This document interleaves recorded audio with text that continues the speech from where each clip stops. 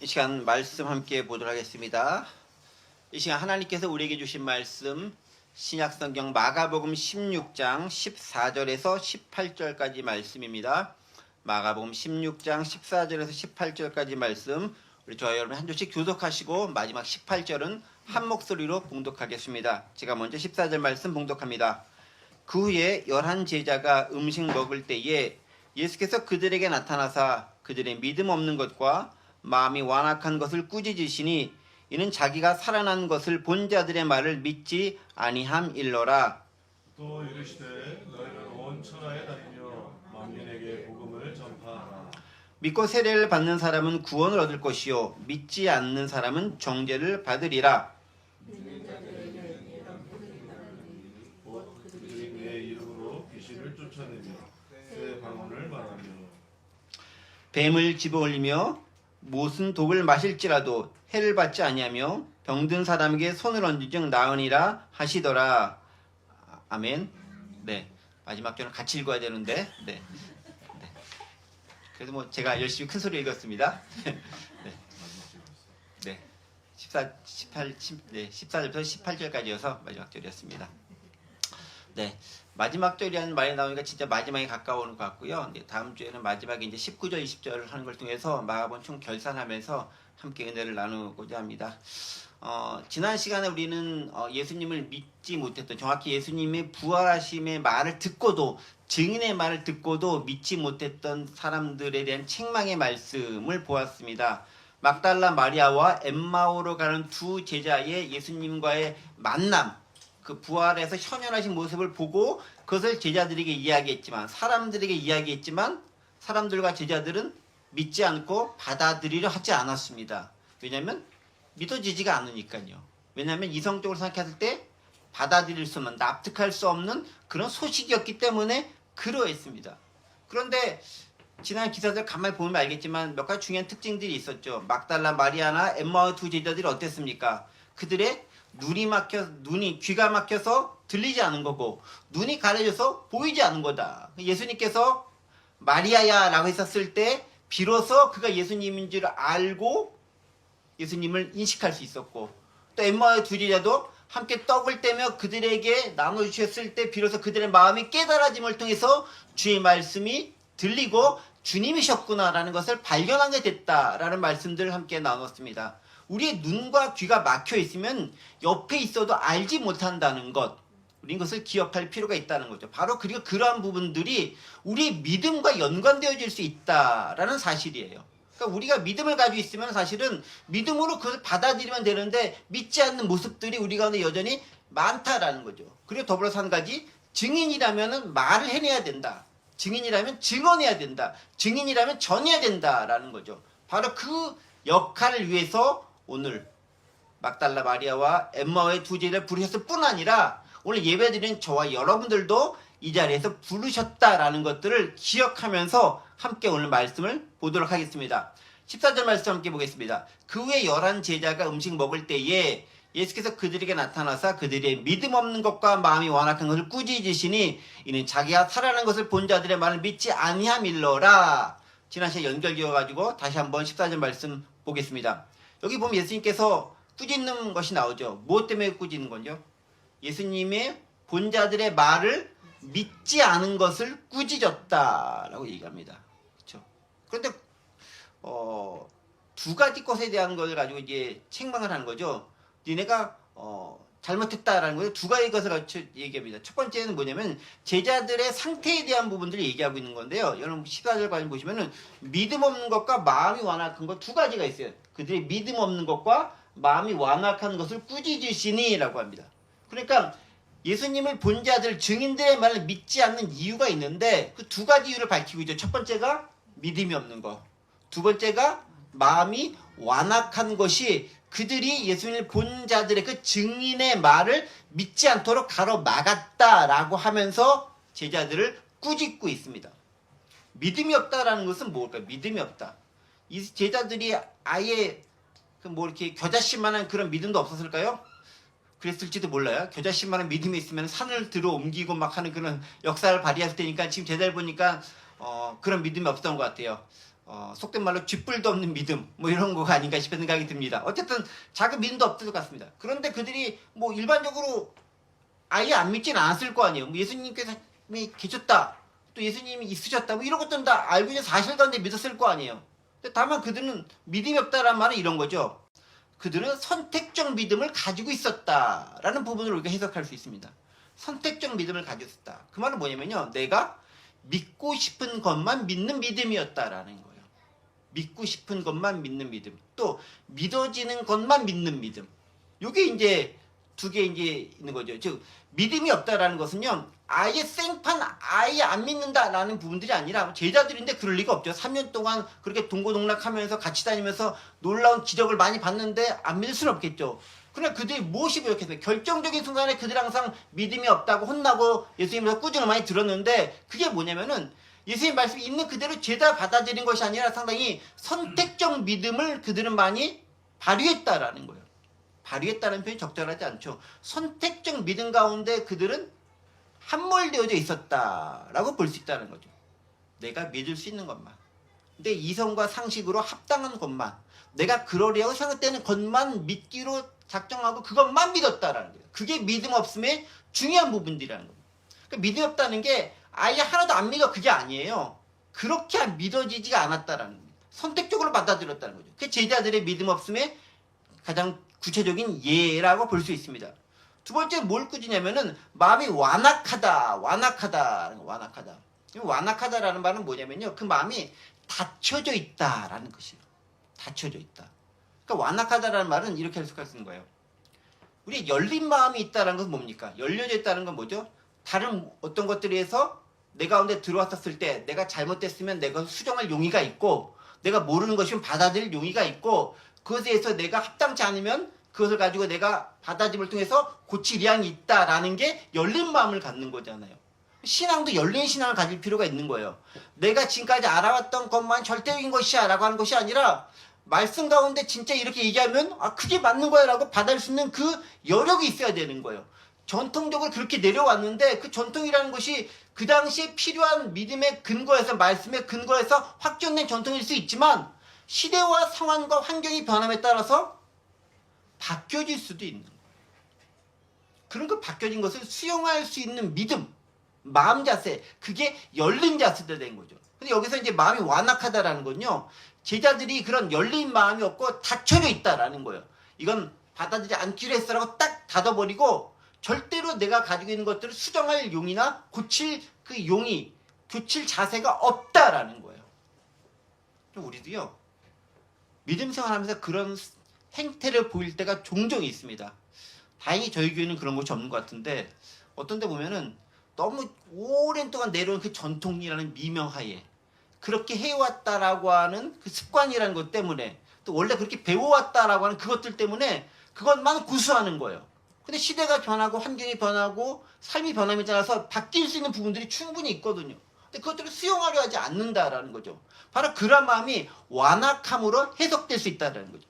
그러니까 믿음 없음과 완악하다는 것은요, 선택적 믿음을 갖는 것과 내가 열리지 않은 닫힌 마음을 가졌다라는 부분들에 대해서 예수님께서 책망하시는 거예요.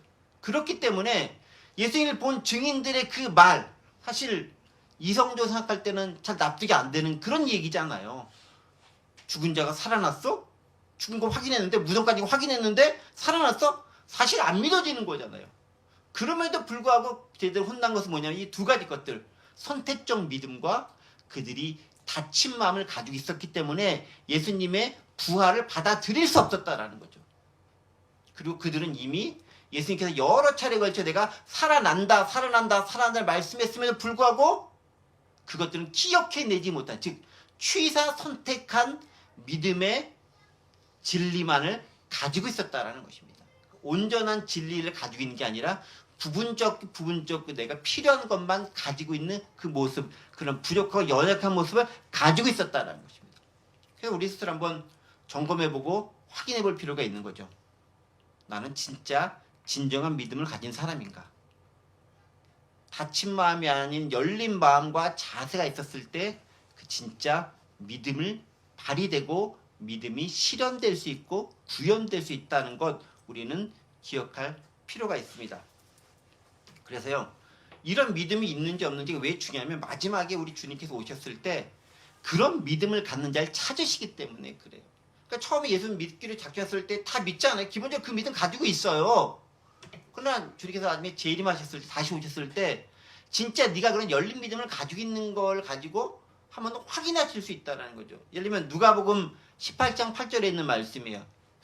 내가 너희에게 속히 이르노니 속히 그 원한을 풀어주리라. 그러나 인자가 올 때 세상에서 믿음을 보겠느냐 하시니라. 믿음을 보겠느냐라고 물어보는 거죠. 그 믿음을 보겠느냐? 죽은 자가 살아나는 그 믿음을 보겠느냐? 네가 불가능했던 것이 가능해진 그 믿음을 내가 보겠느냐? 즉 지금 너희 상태로 봐서는 그런 믿음은 갖지 않는 것처럼 보인다라는 거예요. 우리 자신을 돌이켜보면서 내가 진짜 믿음을 가진 사람인지 확인할 필요가 있다는 것 함께 우리 자신을 바라봐야 되겠습니다. 자, 그렇게 예수님으로부터 한바탕 꾸짖음을 당한 다음에 혼난 다음에 그 다음부터 예수님을 제자들이 만난 거잖아요. 즉 11제자들과 더불어 만났다라고 얘기했죠. 14절에 그 11제자 음식 먹을 때 그러니까 음식 자리가 식사 자리에 지금 같이 있는 거예요. 그러니까 실제로 같이 있는 걸 보니까 이거는 믿고 안 믿고도 없는 거죠. 실제로 주님이 나타나서 같이 밥 먹고 있으니까 다른 곳에서 보면 같이 먹으면서 도마 같은 제자들은 여기서 막 만져보기도 하고 주님 맞습니까? 뭐 만져보기도 하고 그 도마에 너는 만져보고서 믿느냐? 보지 않고 만지지 않고 믿는 게 진짜 믿음이라고 하면서 도마를 꾸짖으시면서 또 이렇게 그들의 여러 가지 믿음 없음에 대한 부분들을 믿음 있는 것으로 승화시켜 나가는 장면들을 발견할 수 있습니다. 바로 그러한 모습들을 한 다음에 예수님의 살아계심과 부활을 확인시켜준 다음에 이제 제자들에게 사명을 위임하십니다. 그게 15절부터 나타나는 말씀이죠. 15절 말씀 읽어보겠습니다. 또 이르시되 너희는 온 천하에 다니며 만민에게 복음을 전파하라. 이게 다른 마태복음 같은 경우는 좀 더 길게 되어져 있는 건데요. 마가복음은 되게 단순하게 아주 한 단어로 되어 있죠. 온 천하에 다니며 만민에게 복음을 전파하라. 무척 단순하게 되어 있습니다. 근데 이 구절이 마태복음에는 어떻게 되어 있을까요? 마태복음 28장 16절 20절에 있는 말씀 보면 이렇게 되어져 있죠.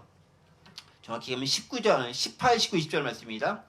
예수께서 나와 말씀해 이르시되 하늘과 땅의 모든 권세를 내게 주셨으니 그럼 너희는 가서 모든 민족을 제자로 삼아 아버지와 아들과 성령의 이름으로 세례를 베풀고 내가 너에게 분부한 모든 것을 가르쳐 지키게 하라. 볼지어다 내가 세상까지 너희 항상 함께 있으리라 하시니라 라고 하면서 마가복음에서는 한 절로 끝나는 장면들이 마태복음에서는 18, 19, 20 석절에 걸쳐 조금 더 자세하게 그 의미가 복음을 전하는 것의 의미가 무엇인지를 풀어서 설명하고 있는 것을 발견할 수 있죠. 자, 그렇다면 보겠습니다.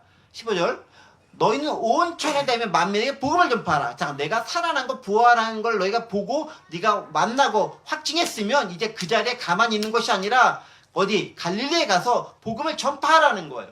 그런데 누구에게 전파하라고 얘기했죠? 어디에 가서 전파하라고 얘기했죠? 어디에 누구에게? 온 천하에 누구에게? 만민에게. 어디로 갑니까? 온 천하를 가는 거예요. 누구에게 갑니까? 만민에게 가는 거죠. 만민에게. 그러니까 복음 전파의 지리적 위치와 대상이 분명히 하고 있습니다. 지리적 위치는 어디예요? 공간과 지역은 어디예요? 온 천하예요. 제한된 지역이 없다라는 거예요. 그러니까 지리적으로 우리는 어디든 가요. 그래서 사도행전에서는 뭐라고 얘기합니까? 예루살렘과 유다와 사마리아 땅 끝까지 가라라고 얘기합니다. 오늘날 같은 지구촌에서는 모든 것 다 갈 수 있으니까 오늘날은 어디까지 얘기했죠? 우리가 얘기하는 어떤 우리가 종사하고 있는 직업의 분야들, 어떤 영역들 그런 데까지 나아가서 그곳에서 복음을 전하라라는 거예요. 그 다음에 누구에게 전하라고요? 만민에게 전하라. 만민에게. 그러니까 전할 사람 전하지 않을 사람 구분하지 말고 모든 사람에게 다 전하라라는 거예요. 모든. 스스로 제한을 두지 말라라고 얘기합니다. 근데 여러분 잘 보세요. 만민에게 전하라고 했는데 영어로 뭐라고 되어 있는지 아십니까? 무척 재밌는 단어가 있어요. 여러분 보세요. 만민에게 전하라? 근데 영어로 뭐지 있습니까? Go into all the world and preach the gospel good news to all creation. 누구에게 전하라고요? 만민에게 온 세상에 가가지고 만민인데 all creation이라고 되어 있어요. 신기하죠? 사람에게만 우리는 이렇게 해당되는 걸 봤는데 하나님의 모든 피조물들에게 다 전할 책임이 있는 거예요. 여러분들 같이 살고 계신 반려견들 있죠? 고양이 있죠? 네, 전하는 거예요. 전하는 거. 네. 즉 그들에게도 따스한 마음을 품고 얘기하는 거예요. 길 가다가 보는 나무들 생명이잖아요. 전하는 거예요. 말로 전할 수 있지만 사랑하는 마음을 그들 대하는 거예요. 그래서 우리가 이런 걸 보면은 모든 자연 환경 모두가 하나님의 창조물로서 피조물로서 존재한다는 것을 알 수 있고 그들 모두가 복음을 필요로 하는 존재다라는 것을 알 수 있는 거죠. 그러니까 생태신학이나 환경신학적인 부분에서도 이런 부분도 되게 중요하게 작용되는 부분이에요. 그러니까 사람에게만 예전에는 철저하게 사람에게만 초점을 맞춰가지고 복음을 전했어요. 근데 이제 신학이 발전하면서 사람을 넘어서는 온 창조, 세계, 세상 모든 걸 다 포함한 거죠. 그래야 자연도 훼손하지 않고 동물도 사랑하고 식물도 아끼며 함께 살아갈 수 있는 거예요. 왜냐하면 더불어 살아가라고 이 세상 만들으셨잖아요. 여러분 생태계 가운데서요 어느 한 종이 멸종이 돼버리면은 그걸로 말미암는 그 나비 효과가 엄청 크기 때문에 결국 모든 생태계가 영향을 받을 수밖에 없습니다. 하나님께서 창조하신 것들은 더불어 어울려 살라고 만들어 주신 거지 막 없애버려라 이런 의미가 아니라라는 거죠. 그 복음은 누구에게? 모든 피조 세계에 다 전하는 거예요. 어디에 가서 어디든지 가서 전한다라는 거죠. 그게 예수님께서 제자들에게 하신 말씀입니다. 그리고 구체적으로 어떤 방법으로 해야 되는가라는 부분들이 바로 아까 얘기했던 마태복음 28장 18절에서 20절까지 있는 말씀이에요. 보겠습니다. 예수께서 나와 말씀해 주시되 마태복음 28장 18절 20절이에요. 하늘과 땅의 모든 것을 주셨으니 너희는 가서 모든 민족으로 제자를 삼고 아버지와 아들과 성령의 이름으로 세례를 베풀고 내가 너에게 본을 가르쳐 지키게 하라라는 거죠. 제자를 삼으라라는 거예요. 그런 제자를 삼는 게 어떤 방법을 삼으면 두 가지 방법이 있는데 세례를 주고 가르쳐 지키게 하는 방법을 통해 제자를 삼으라라는 거예요. 특히 마태복음에는 사람들 위주로 되어져 있죠. 네, 마태복음 그래요. 근데 마가복음 같은 경우는 이게 이방인들, 로마인들 위주로 쓰다 보니까 유대인들을 넘어선 존재들을 이렇게 확장되어져 가는, 그러니까 예수님의 복음의 전파의 세계가 그 세계관이 확장되어져 가는 걸 발견할 수 있죠. 마태복음 철저히 유대인들 위주로 있다 보니까 제자 삼는 것, 사람에게 초점이 많이 맞춰져 있는 것을 발견할 수 있습니다. 또 어떻게 하라고요? 제자로 삼되 제자 삼는 건 뭐라고요? 세례를 주고 그 다음에 가르쳐 지키게 하는 게 제자 삼는 방법이다라는 거예요. 그러니까 제자 삼는 건 뭐냐면요, 복음을 전해서 교회로 오게 하는 거고요, 가르쳐 지키게 하는 것은 교회로 온 사람들이 제대로 신앙생활 할 수 있도록 그들을 훈련시키고 또 다른 제자가 되도록 양육하는 것을 의미합니다. 그 두 가지 것이 다 합쳐져 가지고 제자다라고 얘기하는 거죠. 우리는 이제 그런 의미에서 예수님의 복음 전파자가 되어야 되고 그런 의미에서 제자로서의 역할을 잘 감당할 수 있어야 된다라는 거. 그게 우리에게 맡겨주신 사명이다라는 부분들을 우리는 분명히 알 필요가 있다는 것입니다. 그래서 우리에게 위에 있는 사명은 뭐냐면 온 세상에 다니며 복음을 전파하는 것이고요, 특정 지역과 인종을 가리지 않는 것이고 사람과 사물을 가리지 않고 예수님의 마음으로 그들을 대하는 것, 다른 말로 아버지의 마음으로 그들을 품어줄 수 있는 것, 그게 예수님께서 부활하시면서 승천하실 때 제자들에게 맡기신 위임의 명령이 된다는 것입니다. 자, 그러면서 그렇게 너희가 복음을 전했을 때 어떤 반응이 올 것인가에 대해서 이제 16절, 17절에 이야기해주고 있습니다. 16절 말씀 보겠습니다. 믿고 세례를 받는 사람은 구원을 얻을 것이요 믿지 않는 사람은 정죄를 받으리라. 자, 그렇게 복음을 딱 전한다고 했었을 때 모든 사람들이 아멘, 감사합니다 라고 딱 받아들이면 얼마나 좋습니까? 그러면 저희가 뭐 이렇게 교회가 따로 구분될 필요가 없죠. 온 세상이 교회겠죠. 근데 그렇지 않는다는 문제가 있죠.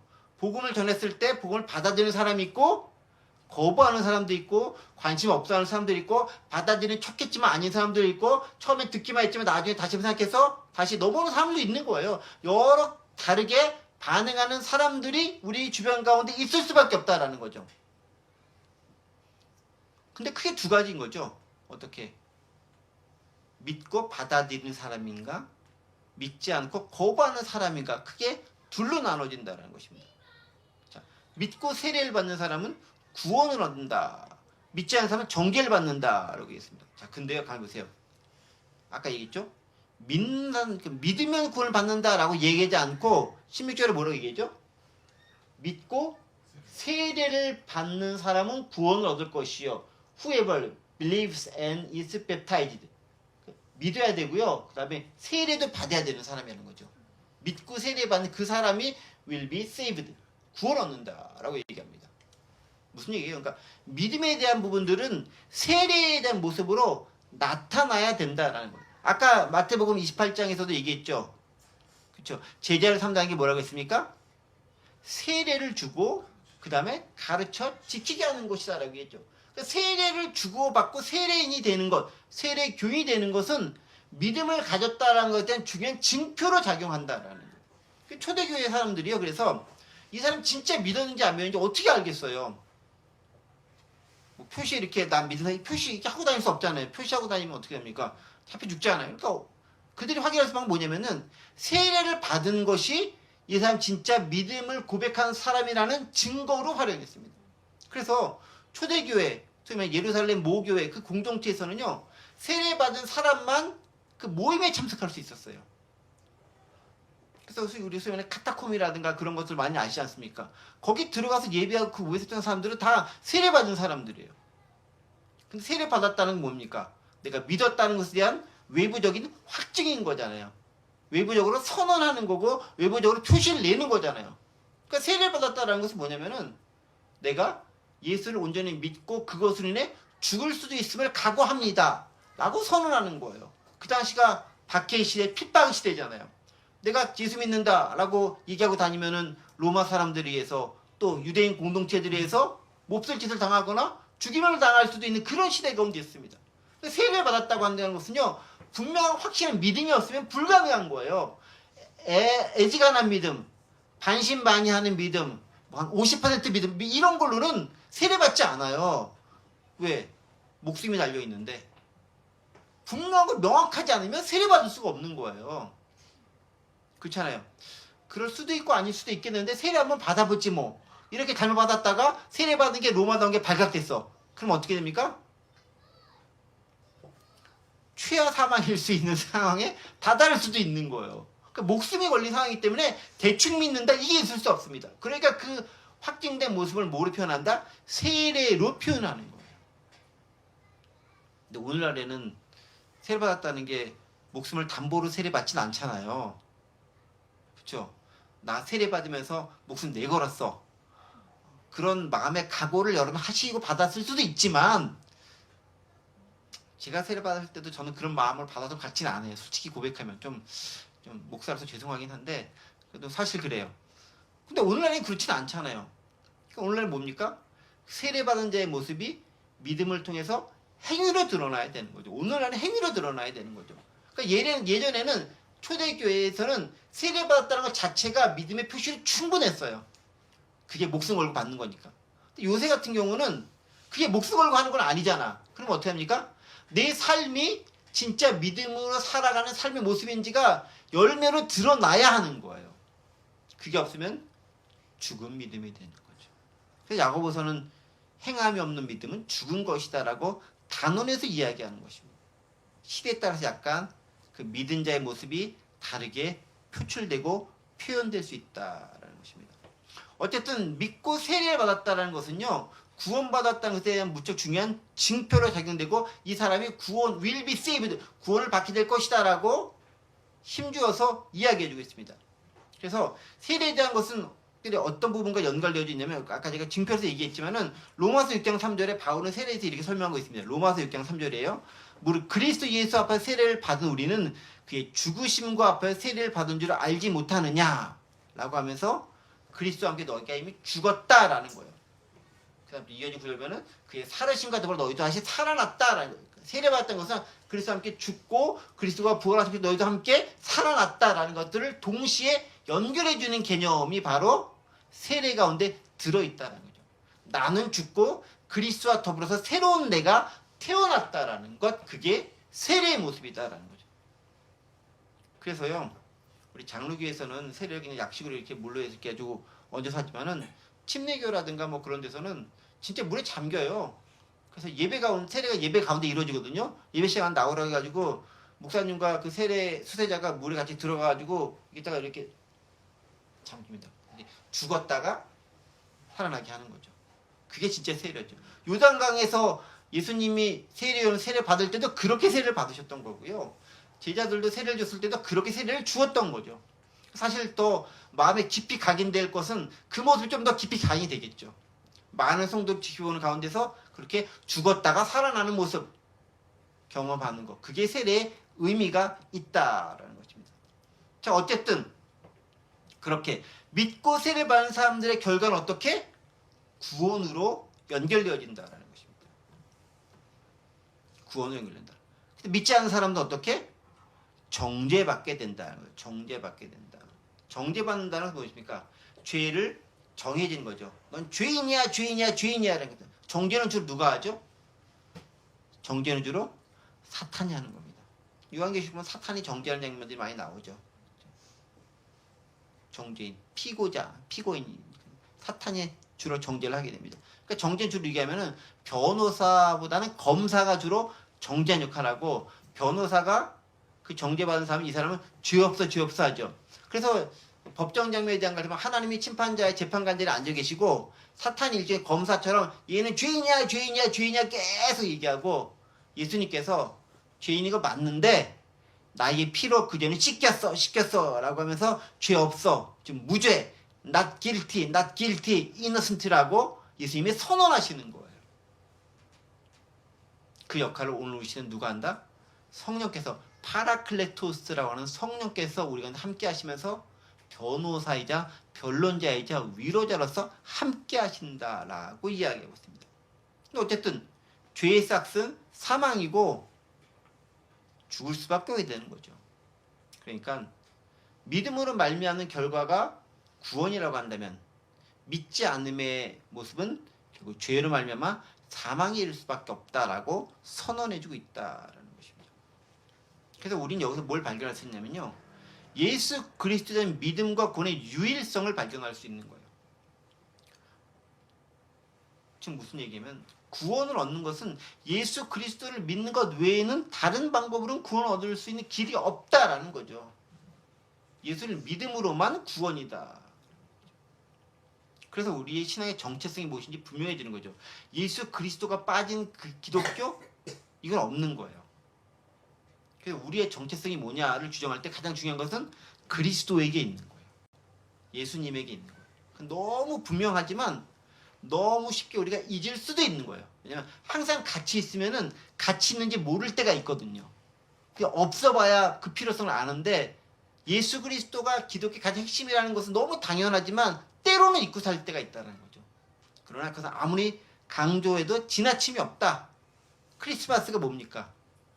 크리스마스, 예수 그리스도를 예배한 날이 크리스마스인 거예요. 우리가 왜 기독교겠어요? 예수님이기 때문에 기독교가 될 수밖에 없다라는 것입니다. 사도행전 4장 12절에서도 이렇게 얘기하죠. 다른 이로서는 구원을 받을 수 없나니 천하 사람 중에 구원을 받을 만한 다른 이름을 우리에게 주신 일이 없음이라. 구원받을 다른 이름이 있다? 없다. 오직 예수 그리스도를 믿는 그 믿음 외에는 구원의 다른 길은 없다라는 거예요. 자기 의도 없고 율법으로도 없고 행위로도 없고 학식으로도 없고 혈통이나 지연도 없고 다른 거 다 필요 없다. 오직 예수를 믿는 그 믿음으로 구원을 받는다라는 거죠. 구원의 유일성으로서 예수님을 강조하시면서 떠나가고 있습니다. 자, 그렇게 믿는 자와 믿지 않는 자의 모습에 대한 걸 분명하게 얘기해 주시면서 내가 너를 그냥 보내지 않는다라고 얘기하죠. 아까 마태복음 28장 우리 봤었던 구절이 있었죠. 28장 18절 보시면 예수께서 나와 말씀해 주시되 하늘과 땅의 모든 권세를 내게 주셨으니 그 권세를 가지고 내가 너희에게 이른다라고 얘기했습니다. 그러니까 하늘과 땅의 모든 권세를 가지고 예수님께서 제자들에게 명령하신 것처럼 그 권세를 가지고 예수님께서 우리에게 이 생의 복음 전하는 사명을 감당할 수 있는 능력을 주십니다. 능력. 디나미스라고 하는 그 능력을 우리에게 주신다라고 얘기합니다. 그래서요, 어떤 능력인가? 17절과 18절에 나타나는 것들이에요. 17절 보겠습니다. 믿는 자들에게 이런 표적이 따르리니 곧 그들이 내 이름으로 귀신을 쫓아내며 새 방언을 말하며 18절입니다. 뱀을 집어 올리며 무슨 독을 마실지로 해를 받지 않으며 병든 사람의 손을 얹은즉 나으니라 하시더라. 자, 믿는 사람들에게 표적이 따른다라고 합니다. 예수 그리스도를 전하는 제자들과 그런 말미암아 믿음의 역사를 감당한 자들에게 이런 표적, 영어로는 사인이라고 되어 있죠. 어떤 표시 같은 게 드러난다라는 것입니다. 그 표식이 뭐냐? 능력으로 말하는 표식이 뭐냐? 5가지의 표식이 나타나고 있습니다. 첫 번째가 내 이름으로 귀신을 쫓아낸다. 두 번째가 새 방언을 말한다. 네 번째가 뱀을 집어 올린다. 네 번째가 무슨 독을 마실지라도 해를 받지 않는다. 5번째, 병든 사람에게 손을 얹은즉 그가 낫게 된다라는 거예요. 5가지 정도의 표식이 일어날 거다. 그런 믿는 사람들의 그런 5가지 정도의 표적이 따를 거다라고 이야기합니다. 자, 근데 이쯤에서 이제 질문을 또 해봐야 되죠. 여러분들 다 잘 믿으시는 분들이죠? 여기 나오는 5가지들 지금 다 이렇게 하실 수 있으시죠? 어떻게 이렇게 뭐 뱀이 날 물었을 때 물어봐! 이렇게 뱀이 손 딱 들면 나 물어봐! 난 무사할 거야! 이렇게 하시면 이게 독약 같은 거 한번 마셔보고 난 무사할 거야! 이렇게 한번 독약 같은 거 마시고 뭐 이런 거 하십니까? 그런 거 안 하시잖아요. 그렇죠? 귀신도 막 쫓아낼 수 있어요? 귀신 있는 곳에 참 난 안 갔으면 좋겠다. 주로 그런 생각을 갖지 않을까요? 안 만났으면 좋겠다. 뭐 이런 생각을 주로 갖지 귀신을 쫓아낸다. 아유, 나하고 관계없는 일. 뭐 이런 거. 방언을 말하는 건 조금 그래도 관계 계신 분이 있을지 모르겠지만 나머지 것들은 그 만만치 않은데 이렇게 얘기하신 분들이 주로 계시지 않을까 싶은 생각이 듭니다. 근데요, 여러분 보세요. 지금 얘기하던 이런 것들은 사실 예수님께서 지금 승천하시면서 또 이제 제자들과 식사를 마지막 하시고 이제 만약에 승천하기 전에 이제 말씀하셨던 그 명령이면서 선물이기도 하는데 이게 그때만 얘기하는 게 아니라 사실은 예수님께서 사역을 감당하실 때도 이미 몇 번 말씀하셨던 것이기도 해요. 예를 들면 예수님께서 제자를 파송하실 때, 12제자를 파송할 때, 70인 제자 파송하실 때도 이런 말씀을 하시고 실제로 그런 능력 그들에게 주셨고 그들이 그 능력을 행하기도 했어요. 저희가 마가복음 강의 보시면서 제자 파송하고 그 제자들이 복음 전파할 때 이런 역할을 했던 것들 많이 발견됩니다. 그런데 때로는 못하고 때로는 하기도 했잖아요. 기억하시죠? 어느 때는 하고 어느 때는 못하고 그러다가 또 예수님에게 직석이 혼나고 예수님 오시니까 바로 상황 수습되고 뭐 이런 장면 우리가 많이 봤었잖아요. 그런 것들이 있었다라는 것입니다. 여러분 그 마태복음 10장 1절 보면 실제로 주신 장면이 나와요. 마태복음 10장 1절입니다. 예수께서 그 12제자를 부르사 더러운 귀신을 쫓아내며 모든 병과 모든 약한 것을 고치는 권능을 주시니라. 실제로 이렇게 말씀하시고 주셨고 그 권능을 받은 제자들이 그에 따라서 기적을 행했고 그들이 귀신들이 쫓아내고 병자가 낫는 것을 그들이 많이 봤다고 하면서 그 소식과 그 뉴스를 예수님께 전하고 기뻐하던 장면들이 있습니다. 그러니까 예수님께서는 너희는 그걸로 기뻐하지 말고 네 이름이 하늘에 기록된 걸 기뻐하라고 하시면서 진짜 뭘 기뻐해야 되는지 그건 현상이 아니라 바로 네가 하나님의 제자로서 역할을 잘 감당하는 그 자체가 잘하는 것이다 라는 것을 가지고 수정해 주면서 진짜 기뻐할 것이 무엇인지 말씀하셨던 장면들을 우리는 기억할 수 있습니다. 자, 그러니까 우리가 관심을 가져야 될 것이 뭡니까? 어떤 현상들이 일어났는가에 대한 관심보다는 이런 것들로 인해 복음이 잘 전파되어지고 그 모습이 내가 예수님의 제자로서 역할을 잘 감당하고 있다는 증거다라는 것을 확인하는 데 사용해야 되는 거예요. 그러니까 핵심은 이런 기적이 일어났어가 아니라 그런 기적들이라든가 여러 특별한 사항들을 통해서 내가 주님의 제자로서 역할을 감당하고 있구나라는 것들을 발견하고 그 안에서 기뻐할 수 있어야 된다라는 거죠.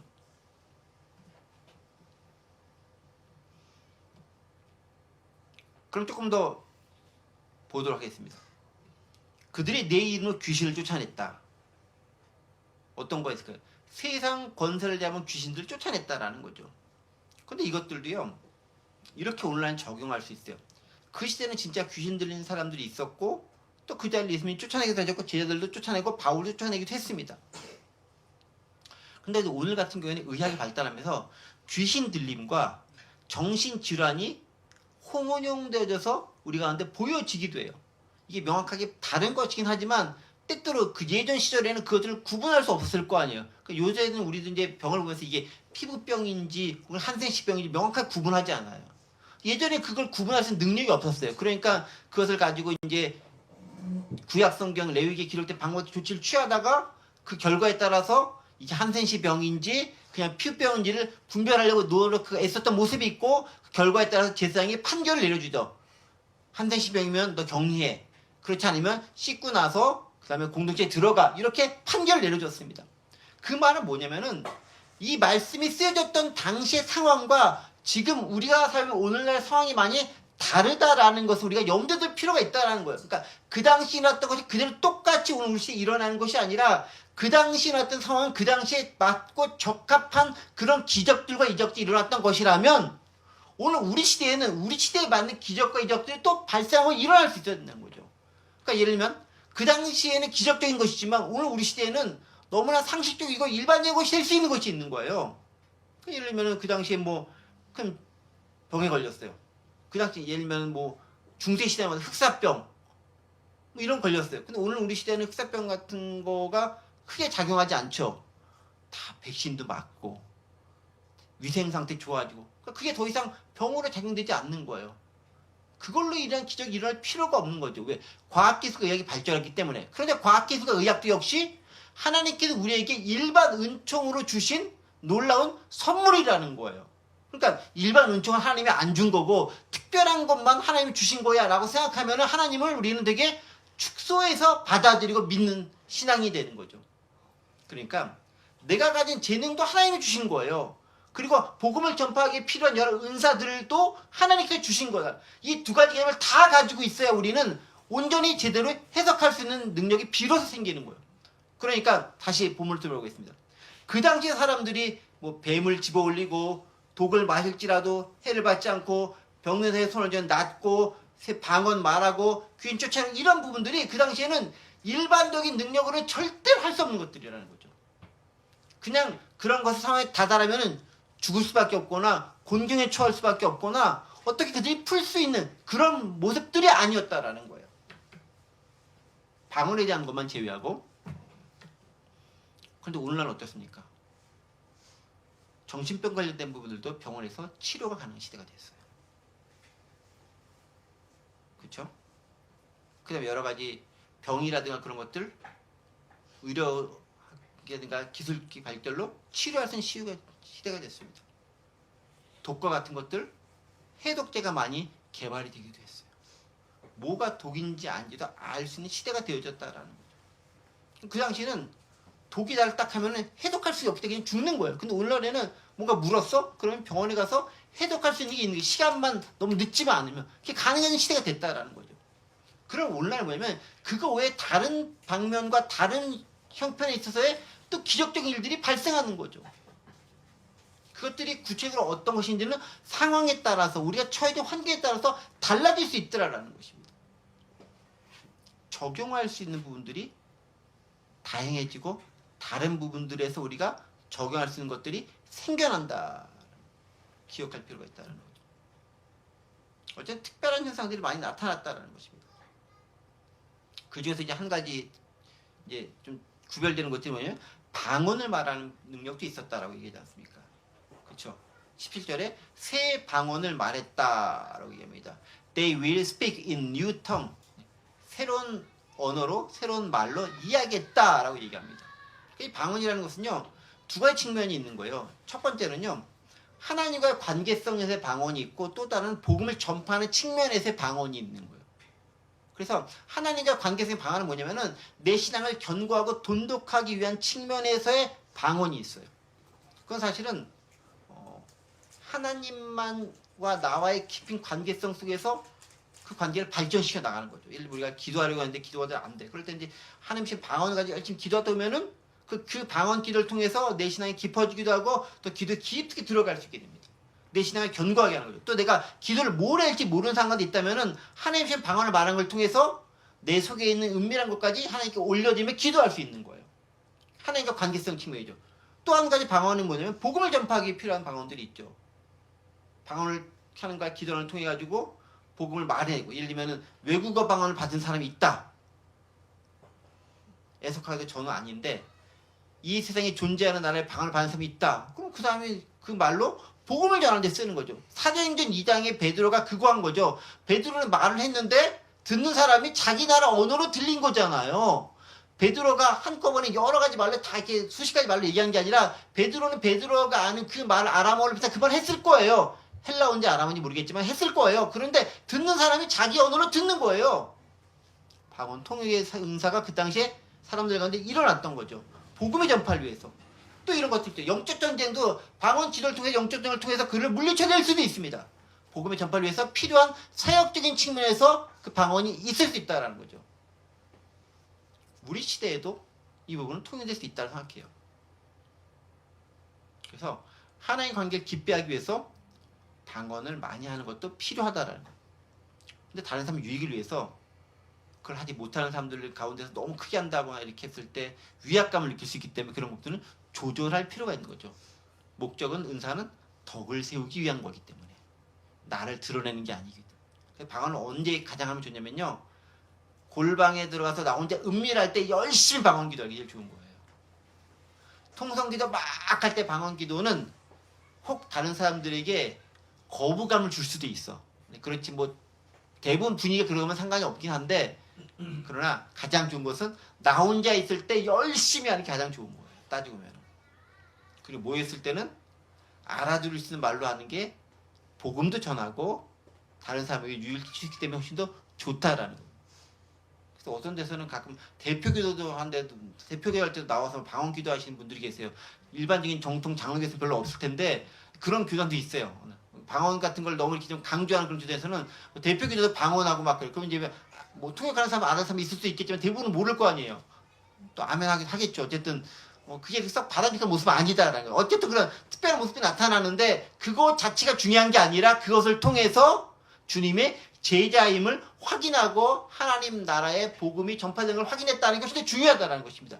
그리고 그 모습을 통해서 믿음이 다른 사람들에게 역사되어지는 것, 그들이 구원받게 되는 것, 그게 가장 중요하다라고 이야기합니다. 말씀을 정리하겠습니다. 복음의 전파는 무엇보다 필요합니다. 주님께서 승천하시고 우리에게 주신 명령이기 때문에 그렇습니다. 근데 복음을 전파하기 위해서 그냥 하지 않고 주님께서는 능력도 더해 주십니다.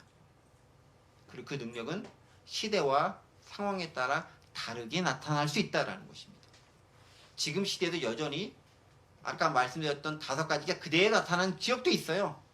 선교지같이 의료시설이나 이런 낙후한 지역은 그대로 나타나는 거예요. 병고침에 인사로 기도해서 낫기도 하는 거예요. 어떤 짐승들과 싸웠을 때도 이길 수 있는 거예요.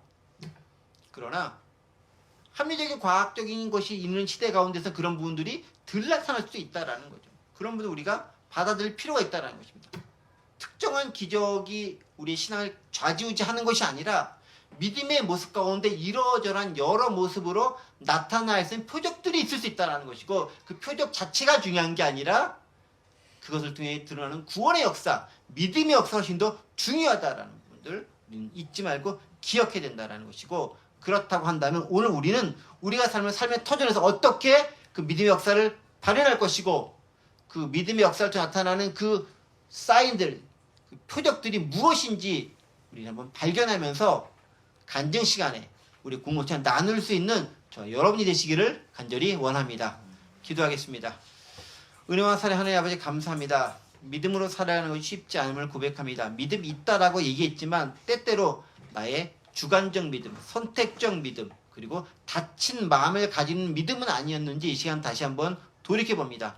하나님, 온전한 믿음, 열려있는 믿음, 그리고 주님께 주신 능력으로 다른 사람의 온전히 복음을 전할 수 있는 그 용기 있는 믿음을 허락하여 주시옵소서.